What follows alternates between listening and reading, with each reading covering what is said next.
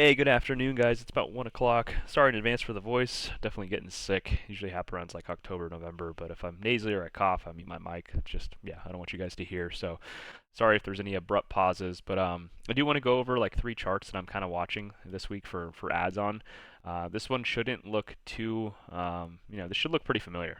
Tesla, I've talked about this one. I still have the December contracts, and they did rather well up here around 270, but didn't have enough size to really cut or anything like that. I'm still looking for 290 to 278 or 279. I'm sorry. And really, I think you can get ads on these here pretty shortly. Now, we've talked about the divergence in price here as it's kind of selling back down into this peg that was formed from the earnings on October 23rd. It is selling down pretty nicely, and I didn't want to take it just yet off of this like 3-4 bar pullback. I want to see if it can defend not only the gap here at 240-265, but also just a simple pullback into the EMAs here, which we're resting nicely at. I would like to see this come down a little bit further to the 21 here at 240-276, and I will probably add a couple contracts again. These are coming down pretty quickly in terms of price, so this is a nice opportunity to add maybe like 2 or 3 more. But if it does start to break underneath 240, 265, I might kind of come down to do I want to cut this and then wait to add a little bit further down, right? Because you have to think more than likely buyers are going to defend the peg, which is here at 240, 265, but there's a double gap, right? If you guys look too, I have it kind of marked out. There's this gap here, which is the peg, right, from 242 to 218, but there's also the secondary gap that actually never closed, right? Because we gapped up over the top of it, and it's this one from like 239. We'll just take the candle high, so the daily gap, and it's at 223. So theoretically, if it does start to slip, I think we can move down into this area pretty easily. So I might cut those contracts. We'll just have to see. But I would rather be okay taking the risk off to 240, 265. I think bulls will defend it. Obviously, we have to see price and kind of gauge volume at that level and watch our daily close to make sure it's defended well. But yeah, I'm going to be watching the ads onto those December contracts probably in the next couple days, right? Remember, we're still in that window of weakness, so I could see us like maybe trickling down a little bit more, maybe breaking underneath this level just a tad more, and then popping back up for a reclaim, kind of like something like this, where we get back up, right? And kind of bait maybe like a weekly candle with a wick inside this secondary gap and into the peg gap. We'll have to see, but I'm definitely looking at Tesla as a new ad here. This chart looks really good. We've talked time and time again about this big weekly lower high range. We got to close over the top of it, and that was a huge thing on pretty high volume. But naturally, right, we might see a little bit of take profit off of that and some kind of pullback. Monthly still looks really good. It looks healthy. We had, like I said, a really strong close here, really long wick, close near the highs. So some kind of pullback into that peg makes sense, right? And that's what we're seeing here on the daily. So going to be one of my big focuses. Let's take a look here at Lam Research. We've talked about this one quite a bit. Remember, this was the earnings gap up as well. It's kind of pulling back down into that peg, which is pretty much that giant monthly level as well. We talk about this one a lot, where we've had, in my opinion, 3 weeks of accumulation off of this old monthly high. So we're kind of coming into a pretty critical area here. We're starting to sell back down into this on once again pretty low volume considering how active this general range has been. So I would expect one more of these big giant bars that we're kind of seeing here at this low to kind of kick in and maybe pop price out. Maybe it's a news candle, whatever it would be. So I'm thinking about getting a couple more contracts on this off of this 73 spot, which would be that monthly level, which would be that gap fill from here to here, right? And then obviously I would risk 71.43, which is that current low. Overall, I mean, this chart definitely kind of feels weak, but at the same time, it's off such a key support on the monthly, the weekly. You guys can see all the volume that's kind of coming into this general range without a new low being made. It's just super weird. Definitely want to kind of get my hands on this, and it's so close to risk, guys. I mean, I think I just want to take my ads on this one and increase my position a little bit more. So that's going to be focus number 2. And then focus number 3 should be familiar, right? I took shares on this one for their earnings, and I was up like 9% or something like that. And then next morning, it ended up kind of gapping down a little bit. Took a loss on it, and we've talked about this one a lot as well. Roku, right? We were hoping that this gap here, it's unfortunate, but this gap here would be kind of like your SOS, right? I can pull up SOS on the screen if you guys want me to. One second.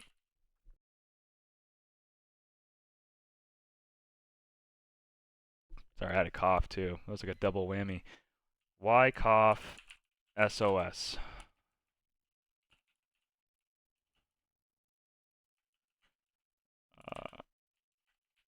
I can't find it. Wyckoff SOS. Wyckoff SOS. Kind of like here, guys. Right?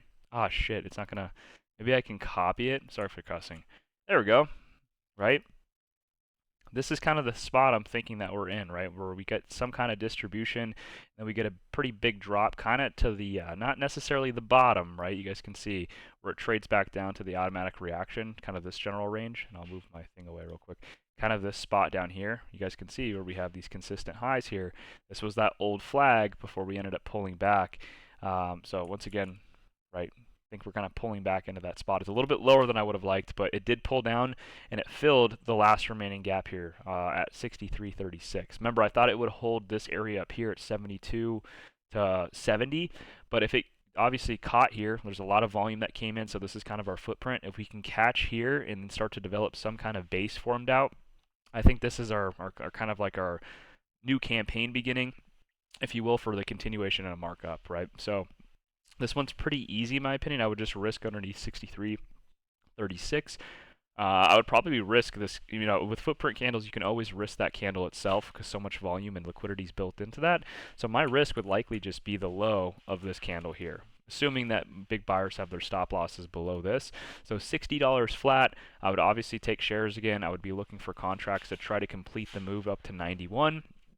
And this is also very nice too because we have a gap here that never technically filled, and we have to think there's now a peg, right? Some kind of earnings gap that goes back up here. So let's go ahead and mark those out. I'm just going to do the dailies for these, so I'm not going to do the actual close in the open. There we go, 68.75 to 76.08, right? So once again, expecting the sell-off here, maybe a couple days of chop, mark up, hold gap, push out, and maybe with the path of least resistance now being kind of in action with this level being absorbed, right? You got to think the sellers that were at this gap here got absorbed quite a bit over a long period of time. We had late September, mid-September, we had early October, mid-October, and then we had a big spot here on October 30th. But this level might be absorbed. We'll have to see if we get back close to it and kind of the level 2 and how it's acting. But this could be like a slingshot, right? A path of least resistance slingshot through 78.61. And then get that move that we're looking to at 91. So definitely one of the bigger watches as well. And that's really it, guys. That's all I'm really going to incorporate into my watch list here. Just 3 stocks. It's Tesla, Lam Research, and then Roku. You guys should already know the other ones, right? Intel, not much of an update on this one until it gets above 24.59 or it stops me out underneath 21.98. That's obviously still something I'm in. IWM, I've talked about this for the short, and it's technically kind of like a hedge, right? Where I'm willing to go heavier into this, and then if it works out, roll my profits in the MU crowd Intel. And if I take new positions, I'll do that on those as well. I said I would allocate about 10 grand into this one. I think I'm about 2K in. I think I'm about 2K. I have like 12 contracts or 13 contracts, but remember, just an inside bar on this one after this trendline break. I think we can get a gap down or some kind of intraday flush underneath 217.37. If we can break underneath this, guys, I think this is kind of our pathway where we retest this low and likely get a bounce off of this, right? Or maybe the gap here. It won't be just a straight shot down in my opinion, but we look for another bounce and then ultimately this trading down to 211.64. I would take profits there. And then obviously, yeah, roll my stuff into some of the longer dated contracts that are long. MU here, we talked about this one. I don't really know what I want to do just yet. 1 second. Had a cough. It's at that like 0.5. The 618 here is clearly down by this peg gap that we've talked about a lot. So I'm really just going to play this one by ear, right? If we kind of sell, honestly, I might close this if we break underneath this 0.5 or this like 98.45 level, which if you guys don't remember, 98.45 are these old weekly highs back here. If we sell under that, I'll probably close out and reposition and then just wait for that 618. So just kind of keep or stay frosty, stay ready for this one. If you guys don't want to close, that's totally fine. This is kind of reminding me, I've mentioned this a lot now, like TSM, where TSM broke underneath that level and it came down a little bit lower in this window of weakness here, and then it had that big pop out once the Vana charm flow returned back into the market in that second week of, I think it was like September.